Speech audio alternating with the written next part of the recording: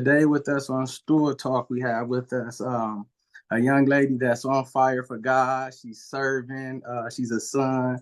She's in ministry. She's walking the walk, and she's not allowing the naysayers or people to define who she are. She's doing it on her own and allowing God's will to be done in her life and through her ministry and through her brand. On Stool Talk, we walk in our purpose on purpose, and I feel like this spotlight from Miss Jhayla S is definitely walking in her purpose on purpose. How you doing today? I'm blessed. I am. This is usually my chill day, but still been doing hair, Uh, still going to church. So even on my rest days, I'm still highly involved in what I yeah, have going. So I'm good. I'm just happy to be here. I'm thankful. I am that you asked. So here we are. I appreciate it. And the hard work, where did that come from? Had that always been implemented in you, or as you got older, did you develop that? I can honestly say that's something I grew up with. My mom has always been a type of mom that's like, you need a trade, you need a skill, you need something that you can do that you can survive off of that other people can never take from you. Jobs come and go, but what are you good at without anything else? So she actually, taught me about soft skills and physical skills very, very, very early. Like I can think back to like pre-K wanting to do hair. Wow. Yeah. What was it? What was the first person who hair you did, or that you got into and got the experiment on? Oh, it was my Bratz doll. I'll never forget. I got a Bratz head for Christmas. I probably was no more than 5 or 6. And I really wanted it. It was cut off at the shoulder, so it was just the head. And I never forget, my mom sat me down. We were on the couch and she taught me how to braid. I Wow. was no more than 6, so somewhere between 4 and 6 years old. And my mom had locks, so eventually she started teaching me how to retwist her hair, and I just kept going from there. And then YouTube taught me how to do my own hair, my own braids, Yeah. and kept building, kept growing. And eventually, people around you, they're like, oh, who did your hair? And I'm like, oh, I did. And it just kept building from there. Yeah. Shout out to your mom. She the real MVP because you got the cheat code. Being able to have her implement all that knowledge and wisdom into you because she knew that you were needed. So she was doing it to be able to pour it into you, and now you're able to reciprocate it and use it and to make other people's day or make their outing or wherever they're going, because you transforming them into a whole nother person as they leave your chair. So when did you did you grow up in a family with church? Was you always saved? Did you grow into it? What was your first reaction with God and faith? So I think I would say I grew up in a lukewarm Christian home. Okay. So we loved God, we prayed, but there was no daily reading of the Bible. There was no consistency in going to church. Um, Not too much gospel unless it was a Sunday morning. Um, but yeah, I grew up with a young mom, so naturally she listened to things, did things. So it was like a bit of both. Like she knew God, but she wasn't on fire yet. But I would say that my mom's mom, my maternal grandmother, was the one who really introduced me to God. She made sure we were saved. Anytime we went over there, we had to have church clothes. That's all she did was listen to the gospel. All she did was talk about the Bible. So, I grew up curious because I'm like, I see, my grandma is doing this and she's talking about it all the time, but like, this isn't my daily reality. Yeah. But I can say I probably was not, I didn't know God for myself until I was about 22. Okay. So about 3 years ago. Okay. So can you tell us about a special moment, experience, even if it was at the age of 22, where God and faith played an important role in your life, where you said, "Listen here, man, I'm about to just do this thing, no matter how it looks." The year I decided that I would do hair full time was the exact same year that I got to know God for myself. So Wow. I know that's not a coincidence. Right. But graduated college. I finished early. So I kind of didn't have a plan for real. You know, it was like, you know what, I'm done early. I'm ahead of the curve. I can kind of coast a little bit. Yeah. It was COVID. That wasn't the reality. So I came home, couldn't find a job in my field. You know, you're living with your, I lived with one of my grandmothers at one point, and then I lived with my mom at one point, and this is all within like a 6-month period. And I was just like, I came from having my own place in another state, and I'm back home. I can't find a job. I'm living with my folks. I had gotten into a car accident, didn't have a car. I'm like, God, what's going on? And Right. I still wasn't quite leaning on him until the doors kept closing, or not even kept closing, just wouldn't open in the first place. And I'll never forget, I was in my mom's house where I'm at right now, actually. I come and visit so ever so often, but I was living with her and I had my own room here, and it was probably like 12 in the morning and everybody's asleep. And I was listening to somebody on that it was some type of app. It was popular a couple years ago where you would get on and you would talk in different chat rooms. Yeah. And I can't remember the name of it, but it was a preacher in one of the chat rooms. And he happened to ask, you know, if anybody wanted to get saved. And I'm like, do I want to get saved? You know, like, I feel like I've tried everything. I've done everything on my own. Nothing's working. And I don't know, I've just felt that pull. And I'm listening to them talking there. And the preacher is talking about everything I'm going through. You know, I had just got out of a bad relationship, just moved back home, just lost my everything. No money, no friends, no car, no job, no boyfriend, no nothing. My family looking at me, you know, like, you done had it all together and then here you are. So it just made me break down that night. Yeah. And you know what, God, I'm gonna do it. Like, what do I have to lose? I have nothing right now. I've hit rock bottom. And I did it that night.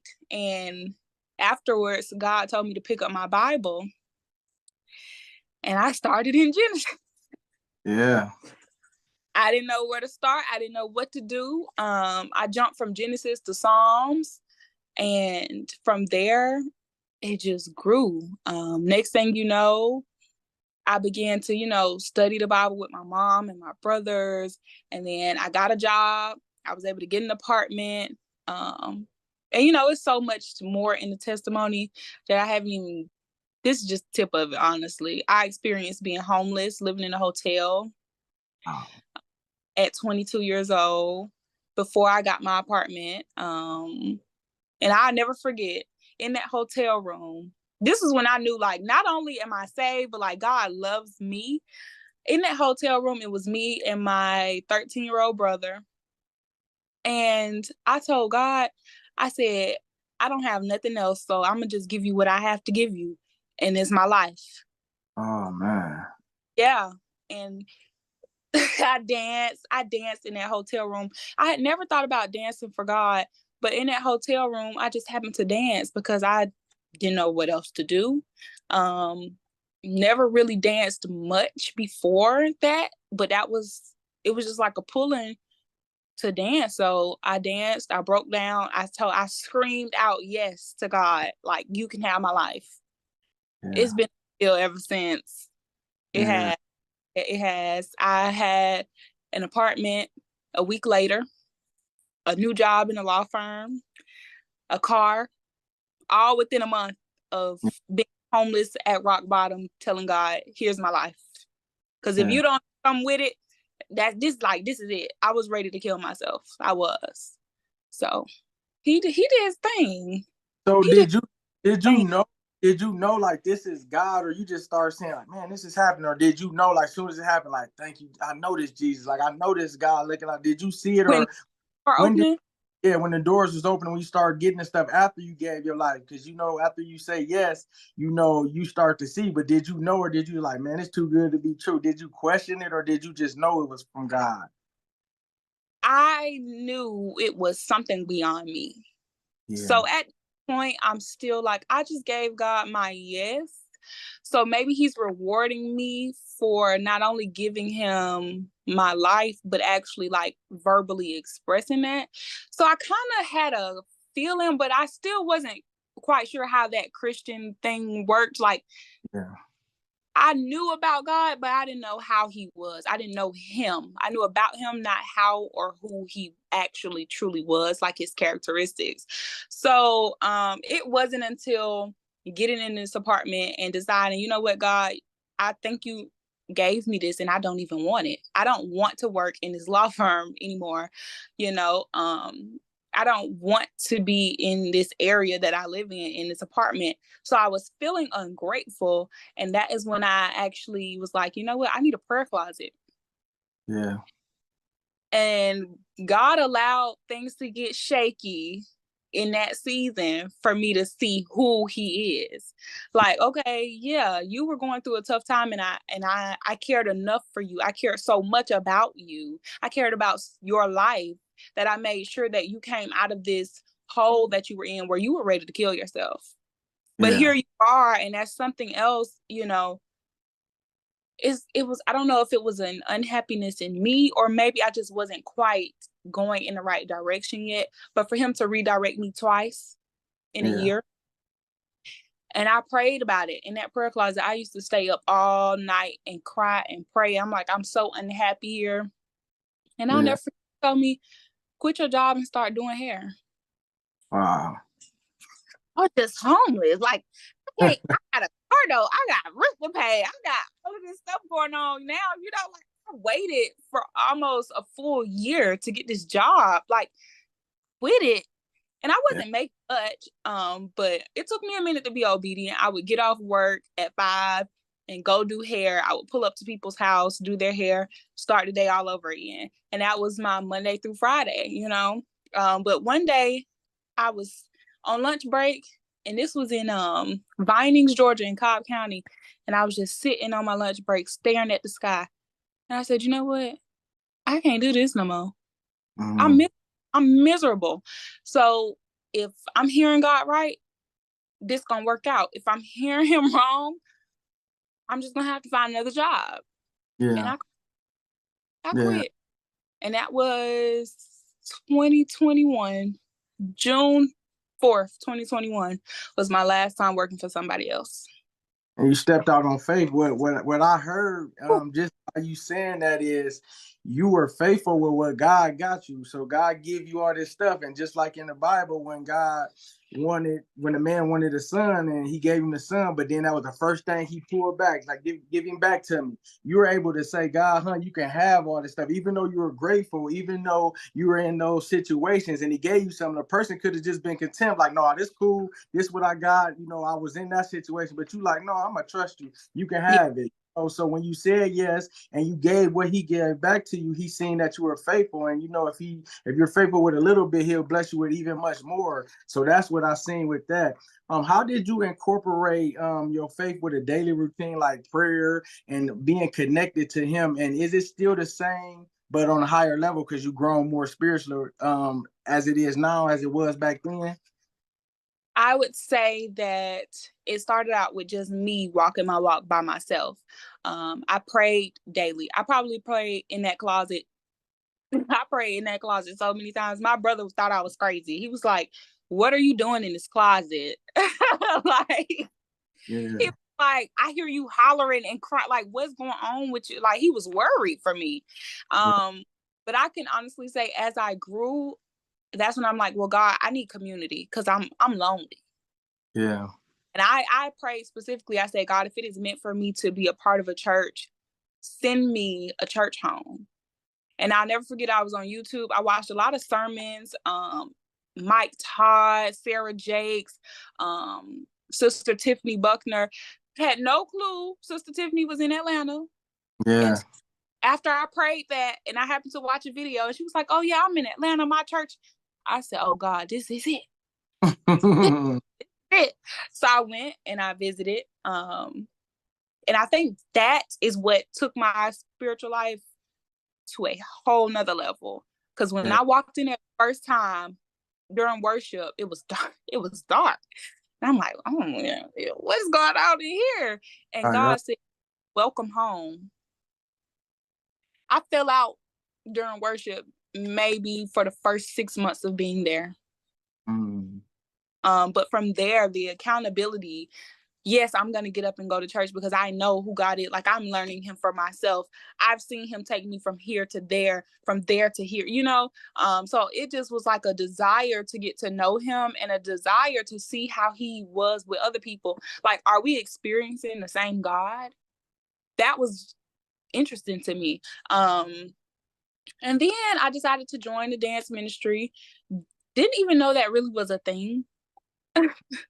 But God reminded me of me in that hotel room. Like, I've seen you worship me alone, and I've brought you people who worship me the same way.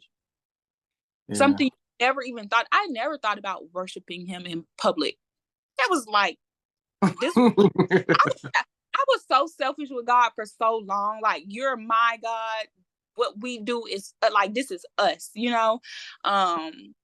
But I really feel like with my church home embassy, it taught me the importance of corporate worship, corporate intercession. So getting involved in church helped me to hold myself accountable on a daily basis. If I'm dancing every Sunday, I can't afford to get up and not pray. Yeah. Now, you know, I can't afford to, you know, get up and not read my word. If I go a day without reading my word, because it gets busy in the salon, it's like, ooh, the day feel weird, you know? Yeah. So I've tried to also incorporate that into my work life. When I'm in the salon, we're worshiping together. If you don't believe in God, you've been to learn who he is, you know? Like, this, he the reason why I'm doing your hair. So, you know, you gonna have to get with the program. So I usually like to start my mornings in the salon like that, because sometimes I don't get a chance to worship him at home. Let's take it into the job. You know, sometimes if I'm there during Tuesday midweek service, we watching it. Whoever in my chair, we watching it. If I miss something, all right, let's go back and watch it. So I hold myself accountable now, which is different from when I first started, because at first it was a desperation. Now it's like it's a maturity in my spirituality. It's not that I'm so, well, I feel like I'm always desperate because can't nothing get done without him, but it's not like God isn't my last resort. God is my only resort. You get me? It's not, you're not, well, I've tried everything, now I'm gonna try you. It's like, nah, I'm coming to you first. Thanks. You're the one-stop shop. Let's get it done, you know? So I keep God at the forefront of my day. I do. And I've introduced God to my family. So the same household that I grew up in, where we knew nothing of God in church, my mom has found a church home. My siblings are saved. They go every Sunday. They're involved. You know, just so seeing how God changed me and my family seeing me change and it just trickling down into it, it's been, it's been a blessing. What I love about this is it's not one person or two people that can say they got their DNA on you giving your life and serving God. Because if somebody else did it or brought you to it, now they fingerprints on it. Right. Being that God did it and you had an intimate relationship, then God gets the glory, and that's what he want to do. But you being around your mom and your granny, I see why you got an older soul. Like you act so much older, you know, but you younger and wise. And then I can see now what you telling me when you first had that encounter, how you just danced because your praise and your worship, it sets the atmosphere at church. And I remember your cousin even was on a video that you was on at embassy saying how she seen your worship, how it did something to her, and just seeing other people comment, not even saying that you post and look at me, because people that know you, they see you. Or, you know, shout out to embassy and they media team, they do such a great job. So now they getting you to where you really in it, and you really, the Holy Spirit is going through you, and is going through your dancing, and people is getting affected by it because that's part of worship. So I can see why it's like the way it is now, because that's how it started. But it's probably accelerated because you growing and you stronger and you deeper in the word. But it makes sense now. Yeah. And you know, I will never forget the first time I made it through my trial period and I touched the floor to dance on a Sunday. And one of the intercessors came up to me and was like, "You just danced God's heart." Yeah. I don't even think I said thank you because I was so in shock. I'm like, I went out there and did something that technically I was not trained to do. I went out there and just bowed down and prayed. Like, I didn't even dance my first time going out there for a solo. I went out there and I got on my hands and knees in front of, and that wasn't nothing but God, because I would have went out there and try to dance something. And like I said, I don't dance often, not before, joining. But when she told me that, I said, oh, not only am I the faucet that's pouring, but I'm also receiving at the same time. Yeah. So God has literally made me dance on Sundays where I felt underqualified to be out there in my personal life, and it healed me. Yeah. So not even most of the time, every time, y'all might think I'm dancing for y'all, but it's for all of us. Like, definitely me included. I received so much just from getting up and saying, you know what? The spiritual warfare been kicking me lately, but I have an assignment, I haven't, and I feel like I don't touch people if it's not authentic. So if I haven't experienced it, if I'm not actually going through it in a moment, or, just got out of it, I have nowhere to draw from. Yeah. I have no way to impact you if I haven't been there. So a lot of times I question God why I had to go through the things I went through, but now I'm grateful. Yeah. I wouldn't do it all over again, but Yeah. I don't for a second get upset about any of where I've been through. None of it. And shout out Tanya too for doing a good job heading that. Shout out Embassy, shout out Apostle, shout out Tiffany too. I meant to say that, but I ain't want to cut you off. So God uses the qualified and he qualifies them too. But being that our church is so much of a prophetic house, your worship is prophetic and it's setting the atmosphere, like you saying, what it's doing and what the anointing is doing inside of you. So that's why like you're not just doing it carnal, you're not just doing it for yourself, you're not just doing it, you taking yourself out of it and you giving it to him, because even like last Sunday, Apostle said something about y'all going down the routine y'all had did. I wasn't there, I was at work, but the routine y'all did, and he said, like, look, they did this, and it was a minister because they can see through y'all, and ain't like y'all said we about to do this just for he can say that y'all didn't even know y'all just being used by God. And the way that y'all pray and y'all togetherness is not no flesh is totally out of it, so how do you juggle being in ministry, doing hair, still being a lady, still living life be life, and how do you juggle all that and keep your connection with God? Whew. I'm gonna be real with you. I have to check myself. I have to check myself a lot.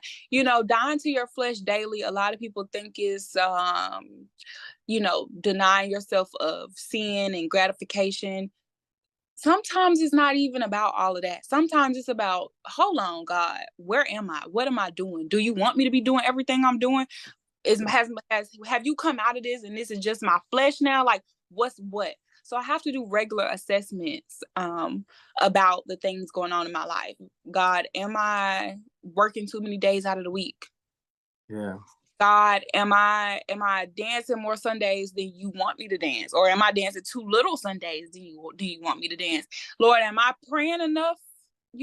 Like, it got to a point where a year ago I sat down from dance ministry for maybe about 3 months, because I said, my personal relationship with God is slacking right now. Like, I'm I'm quick to give it all back. Yeah. And I didn't even realize that's what I had did previously with going from 9 to 5 to entrepreneurship and that apartment to upgraded apartment. I didn't realize I was giving it back to him, but my everyday self now, I'm ready. Like, oh, if you here, because it's a lot, and I'm grateful, but I think God only blessed me with it because he knows at a drop of a dime, this don't mean nothing if you ain't in it. Yeah. So I manage it by checking myself, regular assessments. I pray and ask God all the time, do you still want me here? If this season is up, I need to know. If you're not in it, I need to know. Like, if I'm not keeping you first in it, check me. I listen, I'm probably hard on myself. But I know what it feels like to do stuff without God. I never want to be there again. So that's really, time management isn't even that big of a factor. Everything has a set day for me. I know the days I do hair. I know the days dedicated to ministry. So my calendar is full every day, all day. Right. Every day, all day. I pray it through. God, I don't feel like getting up this morning, so you're gonna have to give me strength. You know that, right? And He'll get me right on up. Or God, I'm halfway through the day. I really don't know how to keep it pushing. I need to go sit in my car and pray and worship and cry. And I might need to stay at the altar a little bit longer, today, like, come on, I need you. I call on God for everything. God is not aggravated with us. God is not annoyed by us calling on Him. He loves when we call on Him. So I'm calling on you, Yeah. I'm pulling. Yeah. I'm pulling all the time. I'm pulling because I can't do it in my own strength. Yeah. And I didn't call myself to this. So if He called me, He gonna get me through it. And that's what God told me about a year ago. If I brought you to it, I'm gonna sustain you in it. Yeah. I said, I don't have nothing to worry about. I just got to keep you first. Yeah. Seek ye first the kingdom and all its righteousness, and all things will be added unto you. But the fine print is He gonna sustain you too. Yeah. People don't know that. Yeah, He gonna add it to you, but He's also gonna give you everything you need to sustain. He gonna give you His spirit to keep pushing. He gonna give you the strength that you need to keep going. He's gonna give you the stamina to withstand the warfare that come with the blessing. Because it's a lot. Yeah. It's a lot. Yeah. It's a lot. I took a nap. It was only 20 minutes. But I had to get it in, okay?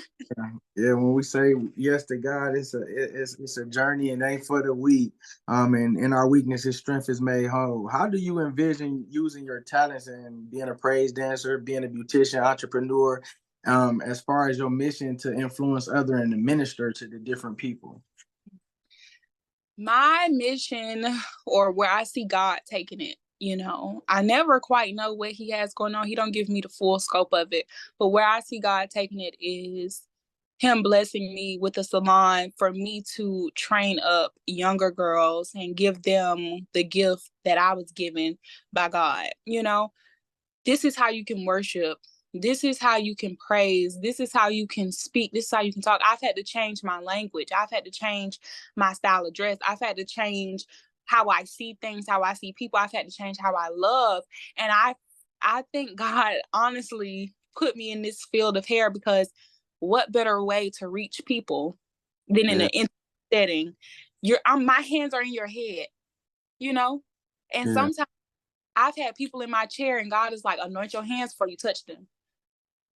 So I see God taking me in a direction with a shop or maybe multiple. I'm not sure. But whatever He gives me, I'm going to be thankful because the people I've touched that have told me I've touched them, and sometimes I wasn't even doing it on purpose. I ain't going to lie to you. Yeah. Sometimes I wasn't doing it on purpose, but the people I've prayed with in that salon, the people who have cried, not cried, we done cried together in the salon. That's ministry right there. And then you add dance into it, and it's like, oh, you can be this same person outside of church that you are in church, and it's just like a 2-for-1. When people find out that I'm active in church, they're like, oh my God, I'm looking for a church. Can I come to your church? I'm like, please. Yes. So it's just showing people that church isn't, Holy Spirit, help me say this, church isn't the judgmental church that we think it is. Facts. There are people like me, 20-somethings, just now coming out of poverty, loving God, serving God, and still have a business. I think a lot of people that if you're a Christian, then you just like, blah, blah, blah, blah. We're not stuck in tongues all day. We should be in our lives, but we're not in tongue praying all day, unrelating to people who are trying to search for God, for people to know that we are capable. Yeah. Reaching them, loving them, caring for them, looking like them, and serve God. Man, Yeah. I think that was when I realized, oh, okay, God, I'm not as low as I thought I was. Because you don't realize why God wants you. All right. Yeah. Yeah. You right about that. Like, it's a lot of people my age. You come out of college, you don't know what's going on. You like what? You don't know where to start. It's people want to start business, they don't know where to start. So Right. testimony of my leaps of faith, if I can give that to you in our 2 hours of me doing your hair, that might have just changed your whole life. I don't know. Maybe it's the seed planted. Maybe it's I'm the one that watered it. But I think overall, it's an outlet for people. And people come to get their hair done to relax and to be cared for, Yeah. So I kick it up a notch. Let's Yeah. talk. It's open to talking God. Let's talk God. So I use my gifts not only to reach people verbally or with intimacy of doing their hair, but I also reach people like sometimes I don't even have the words myself, but I dance it out. Yeah. I cry it out. So I think it's not just that I love God. I think it's my expression of how I love him through my hands and through my movement. Yeah.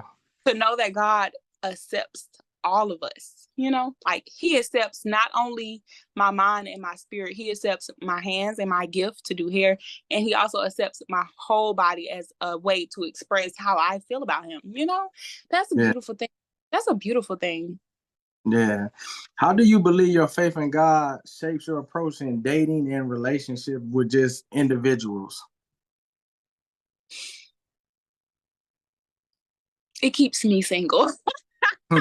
Because, and the reason why I'm saying this because people out there need to know the reality of it. They need to know being transparent. Because if you on fire for God, the person you deal with, whether y'all just friends or even your female friends, even your family, they got to be on that same type of time because your discernment and you not gonna be on what they own and all the negative. Because God is not the author of confusion or chaos, so you definitely not gonna be around that. So how do you decipher and how do you juggle that type of decisions that you might have to make? Honestly, before, like I said, I got out of a relationship before I dedicated my life to God, and I've just been single since. But for me, at first it was being hidden. But this year I've noticed that more men have approached me. So what's really helped me decipher is, one, I want to know if you saved. I want to know that off rip. Don't even my phone. Don't think you get my phone number if you're not saved. Right. That's first and foremost. And second of all, I want to know, do you have a church home? Yeah. Okay, you saved because your granny made you say this prayer when you was 7, but like, do you go to church? Do you pray? I want to know what your prayer life is like, Yeah. So those are questions I ask, no matter how uncomfortable the conversation may get. Because if the conversation shifts into a certain way, then you're not for me. Yeah. If this makes you uncomfortable, then you're not for me. I've weeded and seeded out a lot of people just by that. But there have been a couple of people that I've given the time of day to and went out on a date with, and it usually ends around the prayer life area. Yeah. Not praying enough, if at all. You believe in God, but you don't have nothing to say to him. Or maybe, they just have no interest in going to church. I know everybody isn't called to church, but for me, that's a big one. Yeah. I have a ministry in church. I have a ministry outside of church. You need to be able to do both. That's Yeah. how I feel Yeah. like, everybody needs that recharge. So I think just making sure that the person that is for me or the person that's trying to come to me is at least on the same level as far as their spirituality. I feel like everything else can fall in place. But that's just me personally. Your spiritual health matters, and I can't have you around me and you don't know God for yourself, and now the enemy done used you as warfare against me. You know, like I don't have time for that. You know, I have assignments. Yeah. Assignments. God gave me purpose. I have stuff to do. So if you can't cover me, if you're gonna be wide open, be used as a weapon against me, we good, you know. So yeah, a prayer life and a spiritual covering on top of being saved, they're my top 3 right there. Yeah. Do you find that you being saved and being on fire for God is intimidating to other family members, friends, or people that you're around, even though you're not doing it on purpose? That's just how you is. Do you feel like it's some intimidation?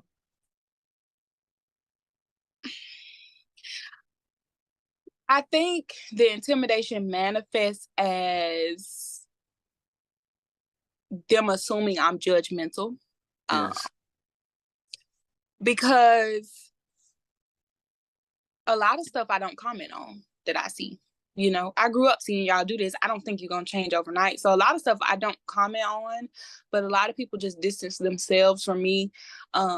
Some people do out of a way of, they see it as a way of respect, because I've had this conversation with a couple of my cousins before. It's more so a way of respecting that I made my choice. Yeah. So that, like, when one of my cousins told me that specifically, I was like, I get that, you know, because if we around each other and you smoking and I don't smoke no more, like I'm gonna feel some type of way. Like, I don't want to go home. So I think it's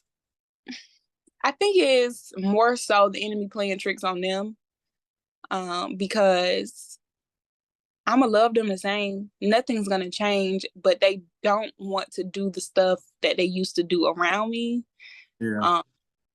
Out fear of that I may judge them, or I might start preaching to them. Like, they'd be like, okay, I know, don't even. And I was like, I wasn't even gonna say nothing. Like, I wasn't gonna say nothing, you know. Or just like, you know what, you chose that, and I'm happy for you, and I see that your life is improved. I don't even want to be around you doing this. But more of my family has accepted it and continue to build and grow their own relationship based off seeing me than those that haven't. Yeah. You know, I haven't had really any falling outs or anything, like nothing that was confrontational. So Yeah. I'm thankful, because one thing I do feel like that God has been doing is using me for my family to see, like, yeah, we come from the ghetto of Atlanta. It's possible, you Yeah. know, come from poverty, but soon as Jhayla put God first, her life changed, you know. Yeah. So I see them more so trying to read their Bible. They might come to church sometimes, or they might watch it online. I might get a little text message like, "Oh, I've been praying consistently." So God, so good. He's been definitely showing me, like, you doing good. Keep going, because there are people watching you. Yeah. And for a long time, I didn't want to accept the call, because I'm like, people watching me. I never I never wanted to be a leader, knowing that I was called to lead, you know. That was tough for me. And it still, you know, still is sometimes, because I know certain stuff I can't afford to do. Certain things I can't afford to not do. And that's a lot when you young and you think that you got so much more to do in the world, but God has shown me, like, I've given you way more than the world can give you. Yeah. The And world can't give you. yeah, and then that keeps you close, because not my will, your will be done. Because if it's God's will, He's leading you, then you know that every decision you make, and I gotta trust you, because you're gonna order my steps, you're gonna give me the thoughts, the knowledge, the wisdom, the words to say, even in my leadership ability. You're constantly leaning on Him. And with elevation, it causes separation. So it's separating and weeding out the people that are not supposed to be there, but the people that see you elevating, that want to, is causing them to draw near. And that's big, especially for your family, because they're seeing you walk, and your walk is influencing them. So God is getting the glory even in that. Listen, part of my life.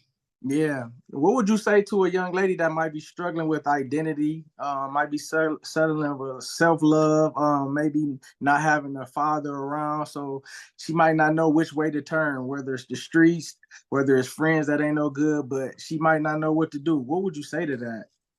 This gonna sound so crazy. I don't think I've ever heard anybody say this, but let God break you down. Don't keep trying to pick yourself up. Don't keep trying to be make it happen. I've been there. I can do it all on my own. I don't need nothing and nobody. You need God. Let him break you down till ain't nothing left. Like till you ain't nothing but the dirt under your feet. Let him break you down. Yeah. Because the more you try to hold on to a life that isn't for you, you'll be up in the wrong world. And when you crumble, it's even worse, So I say growing up without my dad there, growing up with a single mom, being the oldest of five, not knowing God, not loving myself, not knowing what that even looks like, not having a role model that really loves herself. Because if she loves herself, she's single and ain't got no man, so she is Miss Independent. That's what I thought that was. Break you down. You don't know everything. You don't know what you think you know. Your looks, how you feel about how you look don't equate to how you love yourself. The way your physique is does not equate to loving yourself. There's so much more in there. And the only person that can dig that up is God. The gifts, the anointing, and the love that's hidden under all of this stuff the world and thrown on us. Yeah. Over, let God shed you and break you down to the smallest of who you are. And that's where them gifts at. That's where the diamonds at, buried under all that dirt. I'm talking about. That's why they got miners. You got to Yeah. get dirty to find the good stuff. So let God break you down. Let him crumble you. 2020 to 2021, them 2 years, you can tell me I was worth nothing. God was eating me up, okay? And that all the dirt, that seed that was in there sprouted. When Yeah. I Amen. when I let God prune and chip away and bulldoze every idea and thought that I thought was like me, nah. We don't really know who we are until God shows us who we are, because before that, we're just really a picture of what the world is. Yeah. And worth none. Yeah. I would say God break you down. Let him break you down, because he's the one who's going to pick you back up and put you back together the right way. Yeah, and when you get that relationship with God, because that's what God is love. So that's the real love that you will be able to get. What would Mm-hmm. you say to to the youth that might be trying to be a stylist, going to entrepreneurship? What would you say to them to help build their faith up if they're starting on ground zero? Always be malleable. Always be willing to learn. Always be open to knowing that somebody knows more than you. Yeah, Peace, pride. Learn as much as you can. Learn as much as you can, one.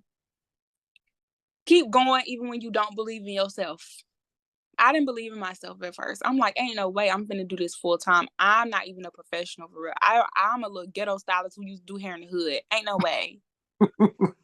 For real. I'm on Gresham Road braiding hair for $50. Like, no way you want me to do this. So believe in yourself even when you don't believe in yourself. Keep going. Keep going. If you saw the braids I used to do back in 2015, you'd be like, who you anything? $50? Why would they even give you $50? But it was good for that time. But I would say keep going. Always be open to learning. And most importantly, figure out your relationship with God. Find it, figure it out, see who he is, because like I said, you'll be up in the wrong world and you're gonna crumble and it's gonna be a harder fall. yeah, I never ever wanted to be that person who was up didn't believe in God. And when I finally had the chance to get to know him, now I got to lose this big old empire that I done built in darkness. Nah, buddy. Let's start from the ground.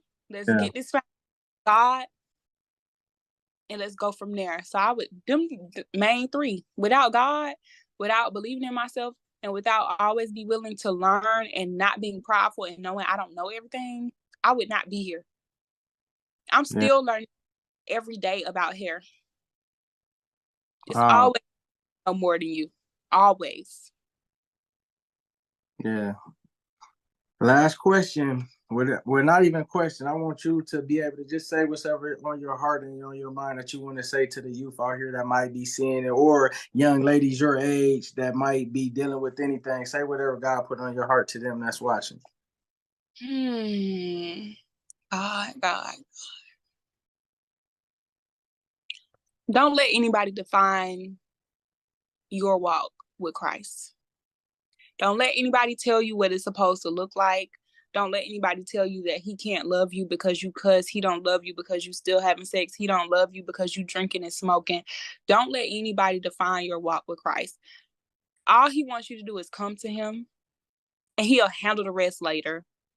Yeah. Like, I came to him broken, and listen, every sin, almost every sin you could think of, I probably was doing it. I'm not gonna lie. Drunk every night, high as a kite every day, had a boyfriend who wasn't hitting on nothing. Like, he was selling drugs. I was helping him sell the drugs. And I came to God anyway. Yeah. I don't think I'm worth nothing, all the stuff that I did. But this, like I said, he was my last resort before he was my only option, and I went to him anyways, and he cleaned me up. All I had to do was go. So I say, anybody, wherever you are, don't let anybody define your walk. Wherever you are, if you have an intimate relationship with him, he's going to do everything. You don't even have to do much but give him that yes. Yeah. So judgment from other people, that should not even be something any of us worry about. We all go through stuff. We always going to be going through stuff. We're here. We're in this world, Yeah. That's what it is, and God knows that. So the grace that's on your life, the covering, once you give God your yes, is all that matters. What that looks like for you is what it looks like for you, but always be willing to grow in Christ. Always be willing to leave a season when it's time to leave a season. Always be willing to put your foot down and set your boundaries, because God believes in boundaries too. Yeah. That's why God told him not to eat that fruit off that tree. That was his boundary, know? But I think being authentic, not being ashamed, and what your walk with Christ looks like is the ultimate freedom. We think freedom is God delivering us from this sin and delivering us from that sin. But before you get delivered, you got to be vulnerable with him. That's ultimate freedom. Yeah. So I encourage anybody, start the walk. I don't care where you at. Yeah. Start the walk. Yeah. And the road is. Yeah. We just appreciate you, man, because like I said, man, we all about people walking in their purpose on purpose, and that's what you doing. Continue to go after God, continue to continue your yes, continue to minister. And I just believe God gonna do some great things in your life, in your business, in your brand. He gonna elevate you. He gonna bring those around you that need to hear what you got inside, and they need what you got. Know that you are more than enough. You're loved. You're wanted, and you're needed for a time like this. You're stronger than and I just love what God is doing in you. Continue to do it and be strong, and he gonna bless you because he can trust you. Yes. Yeah. Thank you so much. I appreciate you. But then I do, because I'm like, woo, what you over here?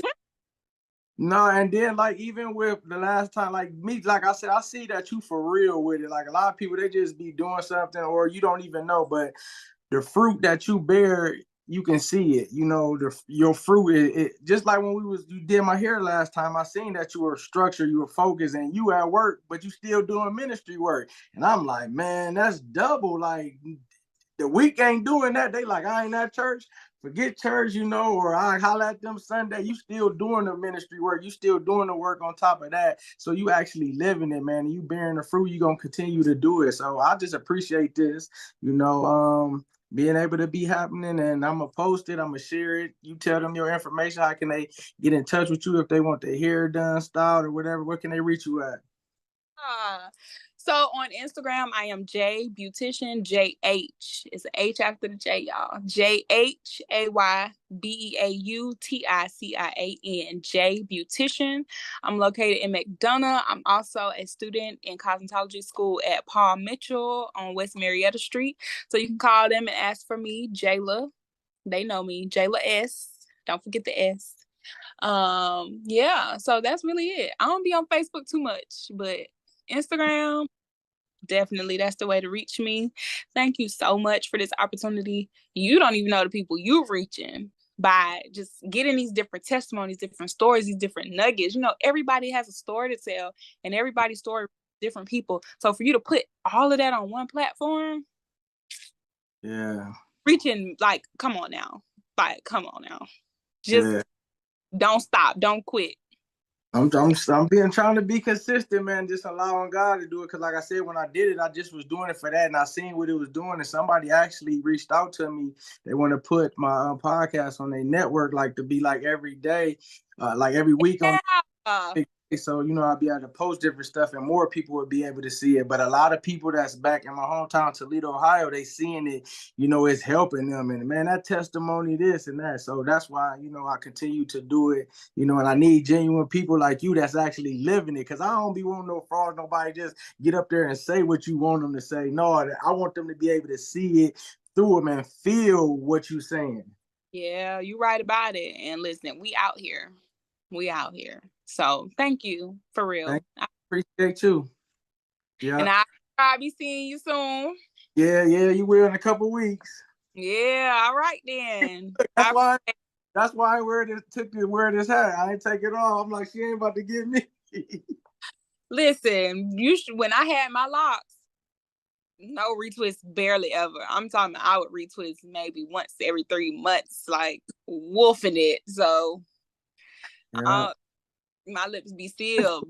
Well, I don't be having nothing bad to say about nobody because I know what I be doing and what I done did and all that kind of stuff. It be like, but you on a mission. I hear ain't our main priority all the time, but when it is, come see me. Yeah. Thank you. I'll be in touch. All right. Thank you.